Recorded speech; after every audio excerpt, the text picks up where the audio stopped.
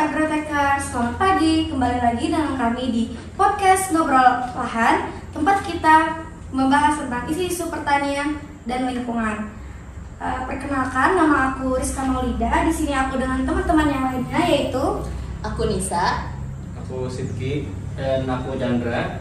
Dan kami juga bersama narasumber kebanggaan kami berasal dari alumni Agroteknologi 2009, yaitu Bapak Raden Rapi SFW SP MLI. Halo Pak Raden, gimana kabarnya hari ini Bapak? Alhamdulillah baik. Kira-kira kesibukan Bapak akhir-akhir ini tuh ngapain tuh? Kalau dalam minggu ini banyak isi materi tentang lingkungan di tingkat mahasiswa, banyak undangan tentang BEM, diskusi-diskusi tentang isu-isu yang lagi ramai lah dibincangkan. Pas banget nih, kebetulan kami hari ini juga mau ngebahas tentang isu-isu terkini tuh Pak. apa tuh isunya? Nah, jadi isu hari ini tuh kami mau ngebahas tentang degradasi lahan di lahan suboptimal. Mungkin langsung aja nih Pak, kita mulai dari dasarnya dulu. Apa sih sebenarnya degradasi lahan itu? Ya, kalau degradasi lahan ini kan lahan yang mengalami penurunan kualitas tanah, ya, baik itu unsur haranya maupun kimia tanahnya dan perubahan struktur lahannya. Nah, biasanya sih ini banyak sering terjadi di daerah Kalimantan Selatan. Berarti degradasi ini bisa memperparah kondisi lahan yang ada ya Pak? Ya, kalau degradasi ini jelas membuat karena penurunan kualitas tanah ya. Yang jelas untuk tanaman juga akan menurun dari hasil produksinya. Kira-kira faktor utama yang menjadi penyebab degradasi lahan ini apa sih Pak? Banyak penurunan kualitas tanah ini akibat salah tata kelola tanahnya, baik itu pengolahan tanahnya yang salah atau penggunaan lahan itu terus menerus tanpa meremajakan lagi tanah, itu juga menyebabkan degradasi lahan. Lahan ini semakin digunakan, unsur haranya semakin kritis, salah pengolahan tanah juga akan menurunkan kualitas struktur tanah juga. Kalau di Kalimantan sendiri Pak, khususnya di Kalimantan Selatan itu terdapat lahan gambut. Nah, untuk lahan gambut sendiri bagaimana kondisinya sekarang? Nah, kalau untuk berbicara lahan gambut ya, lahan gambut kita itu kami bilang sudah cukup kritis kondisinya karena terjadi subsiden tanah yang terjadi di lahan gambut kita akibat aktivitas perkebunan sawit yang cukup besar. Nah, monokultur skala besar ini juga menyebabkan degradasi lahan karena lahan gambut yang harusnya terendam terus habis gitu dengan unsur organiknya yang cukup kaya, tetapi karena pengolahan lahan yang harus dikeringkan karena tanaman sawit ini butuh tanah dan udara, itu juga menyebabkan penurunan kualitas tanah. Nah, sehingga ketika ini digunakan untuk lahan pertanian juga tidak akan efektif lagi selain perkebunan sawit itu sendiri. Untuk ditanam sawit sendiri harus diremajakan dulu lah untuk tanah ini, gitu. Dampaknya ini bisa menyebabkan ke daerah-daerah lain yang bukan daerah perkebunan itu juga. Menurut Bapak nih, bagaimana peran masyarakat dalam mengatasi degradasi lahan? Kalau peran masyarakat untuk mengatasi degradasi lahan yang jelas memang harus menyadarkan masyarakat bagaimana pentingnya cara pengolahan yang baik, gitu. Terus bagaimana cara mengatasi degradasi lahan oleh masyarakat yang saya bilang ya lebih simpel untuk dilakukan. Contoh, ketika habis melakukan penanaman mereka harus habis panen dan lain-lain, mereka harus mengembalikan unsur hara maupun struktur tanah dan lain-lain untuk diistirahatkan sementara. Nah, dengan begitu pertama bisa juga ini untuk di lahan kritis ya, seperti di lahan gambut ya, ini juga untuk memutus mata rantai dari hama itu juga. Nah, terus yang kedua, mengistirahatkan tanah juga bermanfaat buat tanah itu sendiri untuk kembali pulih, tidak secara terus menerus digunakan untuk untuk ditanami dengan jenis tanaman yang sama terus menerus. Kita contoh saja pada daerah masyarakat Pegunungan Meratus. Nah, tanpa menggunakan pupuk, tanpa menggunakan obat-obatan, mereka menghasilkan panen yang selalu berlimpah. Hasil panennya itu padi mereka berlimpah dan tidak pernah mengalami gagal panen.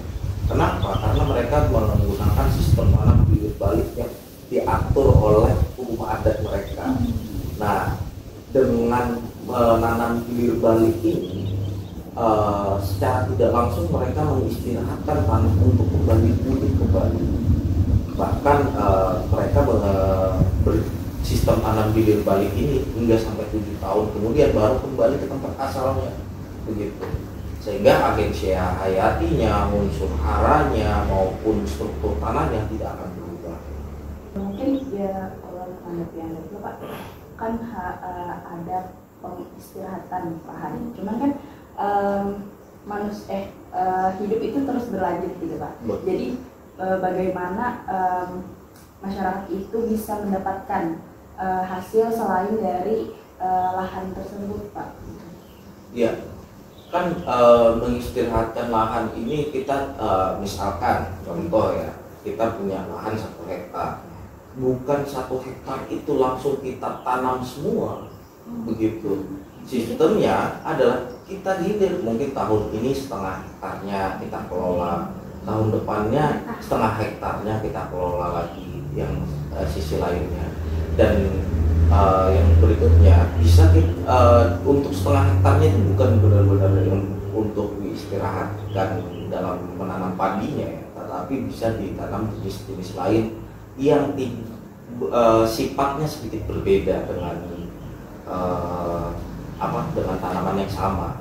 Misalkan dengan tanaman jeruknya kah, tumpeng sari seperti di Marabahan sendiri, di Kabupaten di Batola mereka nanam padi dengan ditumpang sarikan dengan tanaman jeruk. Nah, dengan secara tidak langsung dengan tanaman berbeda dan mengistirahatkan sedikit tanah, walaupun itu cara yang kurang efektif ya sebenarnya, karena mengistirahatkannya hanya sebentar. Nah, tetapi secara tidak langsung ini sudah mencoba menghambat sedikit untuk percepatan dalam degradasi lahan. Kira-kira peran kebijakan pemerintah saat ini untuk mengatasi degradasi lahan itu apa ya Pak? Atau dari organisasi-organisasi apakah sudah ada kayak gitu? Ya, kalau kebijakan pemerintah ini sedikit kurang efektif dalam hal mengatasi degradasi lahan. Kenapa? Di sisi lain pemerintah mengeluarkan kebijakan untuk swasembada pangan, tetapi pemerintah tidak fokus pada petaninya. Apa yang mereka butuhkan, apa yang mereka perlukan untuk mendapatkan hasil yang maksimal. Malah pemerintah membuka lahan-lahan baru untuk lokasi lahan pangan, sedangkan lahan pangan yang sudah dikelola petani tidak dimaksimalkan, sehingga ya petani akan seperti itu terus, tidak ada akan perubahan. Nah, makanya kurang efektif dan kurang tepat kebijakan pemerintah untuk mengatasi degradasi lahan, terus kesejahteraan petani dan lain-lain. Apakah ada contoh terkait teknologi yang dapat digunakan untuk mengurangi degradasi lahan ini, Pak? Ya, kalau contoh yang bisa kita tiru ya sebenarnya itu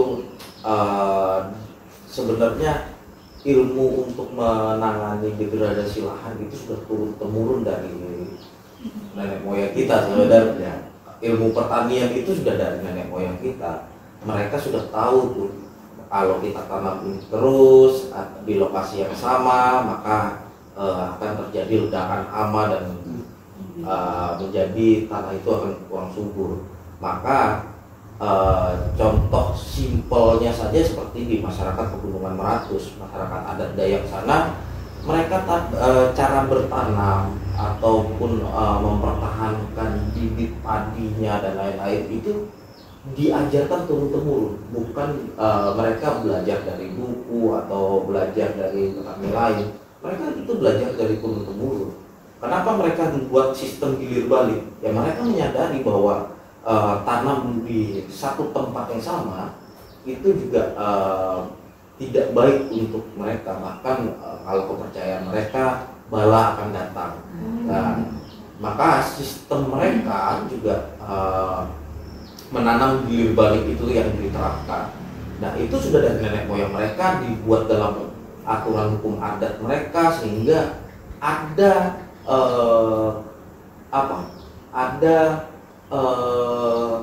ilmu yang sebenarnya bisa kita terapkan di akademisi kayak gitu kan. Kenapa kok ini bisa sukses panen tanpa dilakukan pemupukan dan lain-lain? Itu sebenarnya kita bisa, kalau ingin banyak belajar dengan mereka, karena sistem mereka itu yang sampai saat ini saya rasa cukup baik.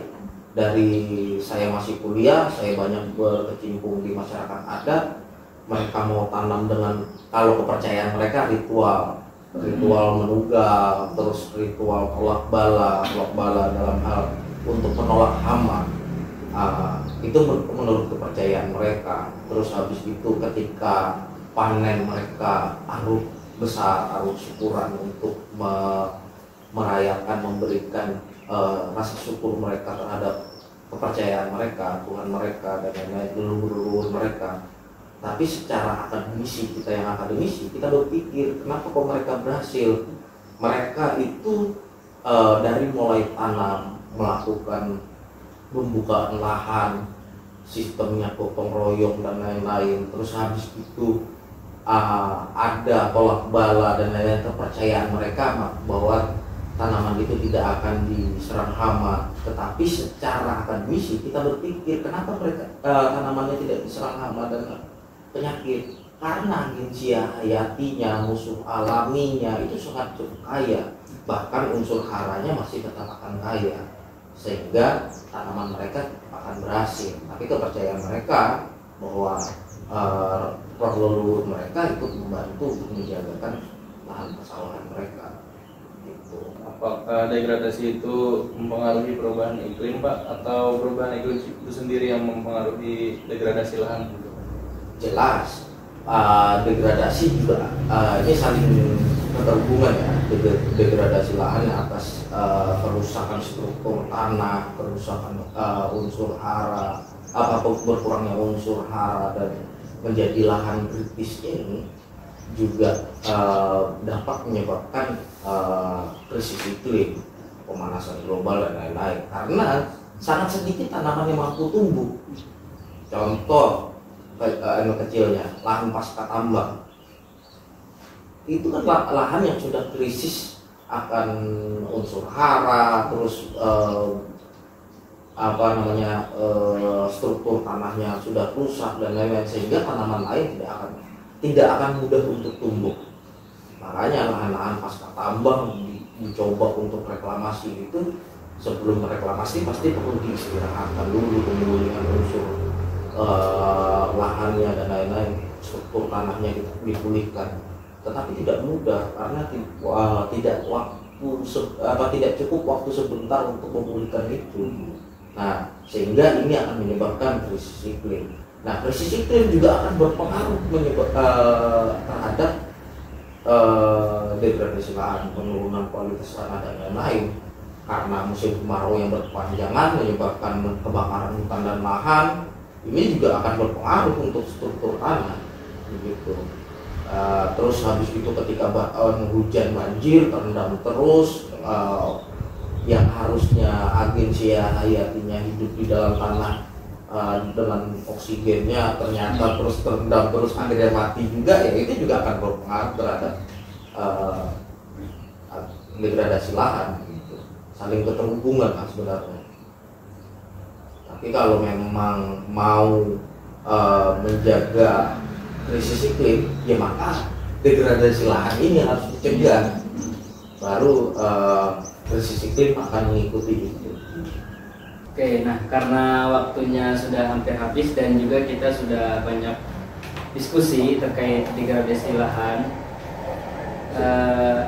dan waktu juga sudah menunjukkan mau sholat Jumat. Mungkin untuk penutup, satu patah dua patah kata closing statement dari Bapak. Silakan. Ya, kalau kita mau sejahterakan petani, maka kita harus bisa menghargainya. Kalau kita tidak bisa menghargai jerih payah petani, maka ya petani tidak akan bisa sejahtera.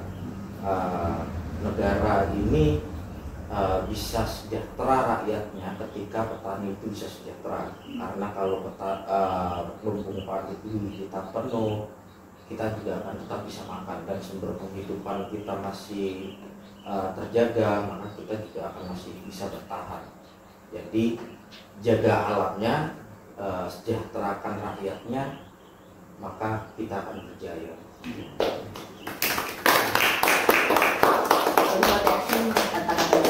Terima kasih banyak kepada Sobat Agrotekers nih yang udah nonton, dan terima kasih juga kepada Bapak Raden yang udah meluangkan waktunya buat menjadi narasumber kita hari ini. Mohon maaf jika dari kami itu ada salah kata ataupun perbuatan. Semoga bermanfaat dan menjadi pengingat buat kita semua. Sampai jumpa lagi di obrolan selanjutnya. Jangan lupa like, comment, and subscribe. Menjaga beratus, menjaga kehidupan.